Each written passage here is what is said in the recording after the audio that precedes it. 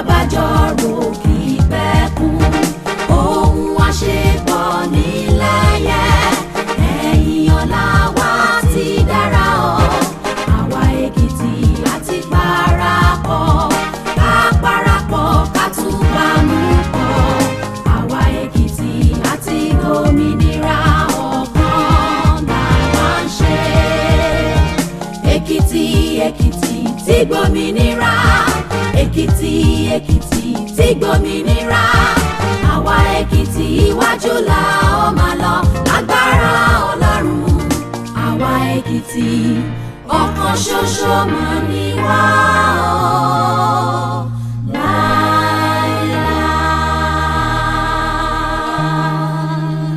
Ekiti, it gives me a lot of excitement to address you on the dawn of this new year 2025. I'm grateful to God for making us see last year to its dusk and to witness the birth of a new year. I want to joyfully congratulate you on witnessing another promising year in spite of the numerous challenges and threats that daily confront us. Each year comes with its foreseeable and unforeseeable challenges. We have to thank God for seeing us through the year 2024, which began with damning economic challenges and dreadful insecurity, but thankfully ended with easing economic situation suggestive of a positive curve for our states and country. Let me also express my profound appreciation to you, the good people of Ekiti State, for the overwhelming support we have continued to receive from you since we assumed office in 2022. In spite of the challenges that come with being a leader, your generosity of spirit, fervent prayers, and remarkable cooperation have eased the task for us.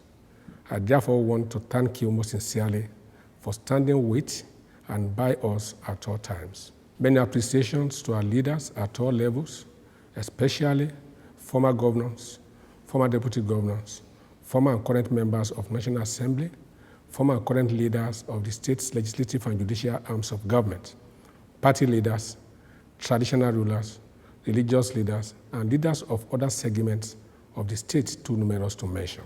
More importantly, I want to express my deepest gratitude to the President and Commander-in-Chief of the Armed Forces, Asiwaju Bola Ahmed Tinubu, GCFR, for a special interest in our dear states and his fatherly support to us at all times. I want to extend my appreciation to the federal government and its agencies in Ekiti for their cooperation. Many appreciations to our development and financial partners for their continuous support to us. Let me also sincerely register my profound appreciation to all Ekiti people, both home and abroad, for their goodwill since we assumed office. I'm deeply touched by your show of love and solidarity. I'm grateful for your advice, prayers, suggestions, and constructive criticisms.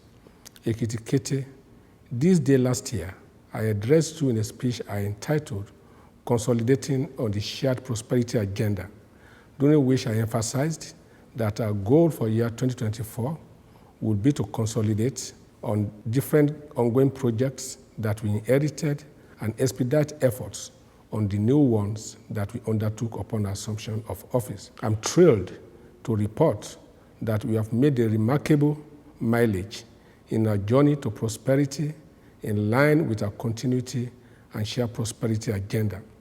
Accordingly, development in the last 1 year has been phenomenally exciting, a fact which many have acknowledged.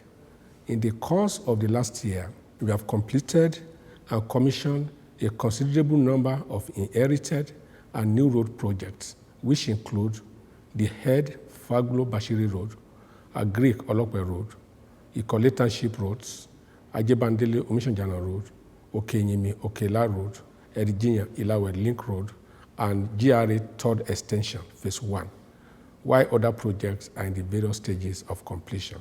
In the current year, we will accelerate work on the ongoing second overhead bridge in Ado-Ekiti, just as we will work very aggressively to ensure the Central Business District project at Atikankan is completed on time. The ring road has also advanced impressively. We will double up to bring the work up to an appreciable level of completion within the year. In the just concluded year, we were able to connect more communities to electricity through the provision of transformer and the rehabilitations of collapsed power grids.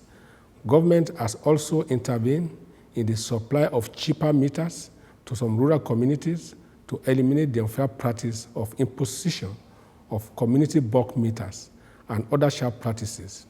It is disheartening that some of the rehabilitated electric networks are now being vandalized across the state. I have subsequently directed security agencies to fish out these criminal elements with a view to bringing them to justice. As part of efforts to ensure Ekiti people enjoy better electricity services, we recently established the Ekiti State Electricity Regulatory Bureau, which now regulates issues around electricity generation and distribution in Ekiti. I urge you to take advantage of the Bureau to resolve issues across electricity services. In the course of 2024, we delivered on our promise on the Independent Power Project, as the project has been commissioned and already in operation. Currently, massive work is underway on the installation of the substation lines in Ijesha and in Ilupeju, Ekiti. This project will improve electricity supply in Ekiti upon completion.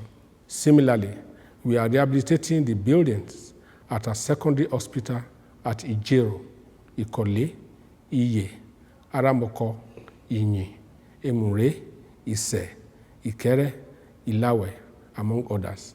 In addition, about 20 basic health clinics are currently undergoing comprehensive rehabilitation across the state, while plan is ongoing to commence additional renovation of close to 100 facilities in year 2025.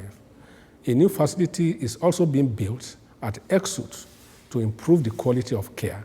We have concluded a plan on massive engagement of more doctors and nurses in conjunction with our National Assembly members. My sincere appreciation to our National Assembly members for their patriotism and commitment to the development of Ekiti State. They are indeed worthy representatives. We are committed to ensuring all these ongoing rehabilitation projects are completed and made available for the use of our people soonest. We have embarked on the health insurance services to many local governments, just as the Ulirawa Health Program has helped to guarantee access to basic health services to our people at no cost. Our public health policy and effective surveillance system has ensured that we did not experience any breakout of epidemic disease in the state in the course of last year. Our success in the health sector has been commended nationally and globally. Our commitment to staff welfare remains unwavering. We have demonstrated this in the liquidation of the outstanding salaries and other emoluments we inherited, and the different incentive we have offered the workers, including car loans, housing loans, free transportation shuttle, work from home for junior workers, and many more. I'm glad to note that Ekiti has started the implementation of the new national minimum wage across cadres. It is to be further noted that our salary adjustment table remains one of the best so far across the country. The adjustment is as generous to all cadres of workers in the government, employment, and the retired ones who are on pension. Within the last year, I approved the retirement grade of the primary school teachers from grade level 15 to grade 16. I also approved the recognition of first-degree certificate for recruitment into primary schools. Some of the just employed teachers who possess a degree in education before their employment have been placed appropriately, according to their level of education. In line with my promise to workers and pensioners, we remain committed to the prompt payment of salaries and pension. And by God's grace, in the new year, we will work harder to double up on the liquidation of the outstanding gratuity obligations to our senior citizens. Ekiti, where we are thankful to God for the modest achievement we have recorded in the year 2024, I want to assure you that we will accelerate on the current achievement and set higher bars in the current year. Currently, work is ongoing and nearing completion on the first phase of the ring road construction, Ilawe to Ikere, Ikere-Iseyemure, Igbaraodo to Ikere, and Ikole-Ara-Isimbode Road. Also, rehabilitation of the dual carriage Ado-Ifaki Road is almost completed, just as Igbaraodo-Ikogosi, Ita-Ore-Okemesi Road, and Okemesi-Idoile, Itapa-Umu-Ijelu, Iloro-Ijuni are progressing according to timetable. We have also awarded the contract for Ayedu-Okeako Road and many internal roads in Ado Metropolis. Meanwhile, the Rural Access and Agricultural Marketing Project, RAMP, is currently constructing rural roads in different parts of Ekiti, totaling about 200 kilometers. More of such roads are slated for construction in the new year, as some of the current contracts are expected to be delivered before the middle of the year. As I promised in my speech last year, we have begun in full force the development of Ado-Ekiti Central Business District with the commencement of work at Atikankan as part of our urban development plan. We have also started construction of Ekiti Cultural Center to meet our aspiration to create the enabling environment for the development of artistic and cultural industry of our people. In addition, we have also started work on the sport complex to encourage indoor games and recreational activities in the state. As at 30 December last year, I laid a foundation for the construction of Ekiti Revenue House to enhance our state revenue generation and tax administration. The education sector will continue to receive priority attention in qualitative and quantitative terms. We will continue the ongoing total rehabilitation of schools, increase schools and instructional material supply, as well as enhance teachers' capacity through continuous training and retraining. I'm glad to inform you that our vision for the actualization of Ekiti Knowledge Zone is already on track, as we have secured a significant investment of $80 million funding from the African Development Bank. Similarly, we have concluded feasibility studies and infrastructure development activities built to start in earnest in this new year. I'm proud to announce that Ekiti State Airport is now completed and ready for operation. The federal government, through the Nigeria Civil Aviation Authority, on December 13, 2024, granted the airport a 6-month license to commence non-scheduled flight activities at the airport. This period of 6 months is for the airport to test its system and prepare for full operation as from June 15 this year. This, in my view, is the best New Year gift to Ekiti people. I want to thank Areafe Babalola especially for his support in achieving this major infrastructure development for their state. We will continue to ask him to assist in ensuring that the airport comes to full operation as scheduled. For us in Ekiti, the commencement of flights at the airport is a validation of our continuity mantra. It also marks a significant milestone in our strategic vision of linking the economy of our state to the rest of the world, as well as the expansion of Ekiti economy into a new arena of prosperity and opportunities. Our ultimate hope is to become the agro-allied export hub of the country. We are very thrilled by the potential that this breakthrough portends for our state. As government, we understand the socio-economic importance of agriculture to the total economic profile of our state. Agriculture remains the mainstay of our economy, contributing about 80% to our GDP. We are addressing critical challenges associated with poor yield, access to credit, land clearing, among others. We will continue to supply farmers with high-yield seedlings, fertilizer, and other necessities at subsidized rates. In this year, our budget plan ahead indicates that we are devoting more resources to agriculture and food security. We will open more lands for large-scale farming in the new year. I'm glad about the progress we have made in our Youth in Agri projects, including Erifon Livestock Hub and the Bring Back the Youth to Agriculture programs in such locations as Okeako, Iyemero, Ise, Aramoko, Erio, Eporo, Emuroi, Ado, and Gede. This is in addition to the efforts of private sector players like YSJ, Agbeyewa, FMS, Promise Point, Mao Organics, and JMK, and others investors in the agri value chain. The massive land clearing in those locations has tremendously reduced criminal activities in the state. Additionally, as part of our plans to trigger massive economic activities for the accelerated economic development of the state, we will invest in more land clearing, tractorization of more farmland, construction of farm markets, abattoirs, farm dormitories, and provision of farms input in the new year. We will also leverage the Livestock Productivity Resilience Support (LPRESS) project of the World Bank to empower livestock farmers to optimize their productivity and profitability. We will also continue to support our farmers to ensure reduction in cost of production and stability in price through market guarantee buyback. To achieve this, we have established a low-year trading company to engage in off-taking buying during the surplus production so as to ensure fair price recovery for farmers and price stability for the consumers of farm products. Availability of potable water continues to receive a boost in the state. While a significant mileage has been attained already, there is still a lot to be done to ensure the dividend of the investment in water assets get to our people.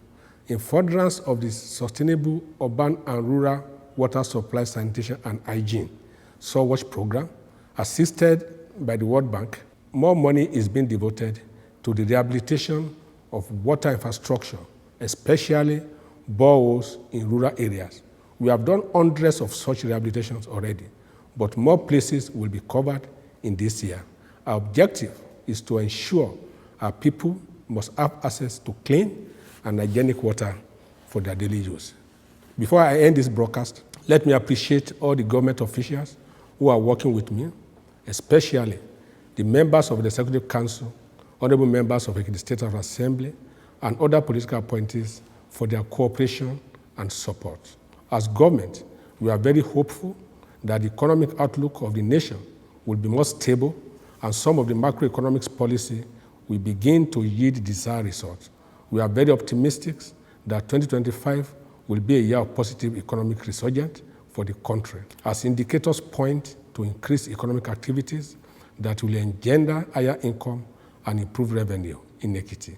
This is a year of accelerated growth in our shared prosperity journey. Ekiti is going to witness massive improvement in food production, infrastructure, and better government services than we have ever seen. As I end this New Year address as your governor, I want to thank our traditional, religious, and community leaders for the critical role they play at all times. I would like to continue to solicit your support and cooperation in the new year. I thank everyone who has been of help in the past, just as we look forward to more opportunities for support and cooperation in the year 2025. Thank you. Happy and prosperous New Year for you all. God bless Ekiti State.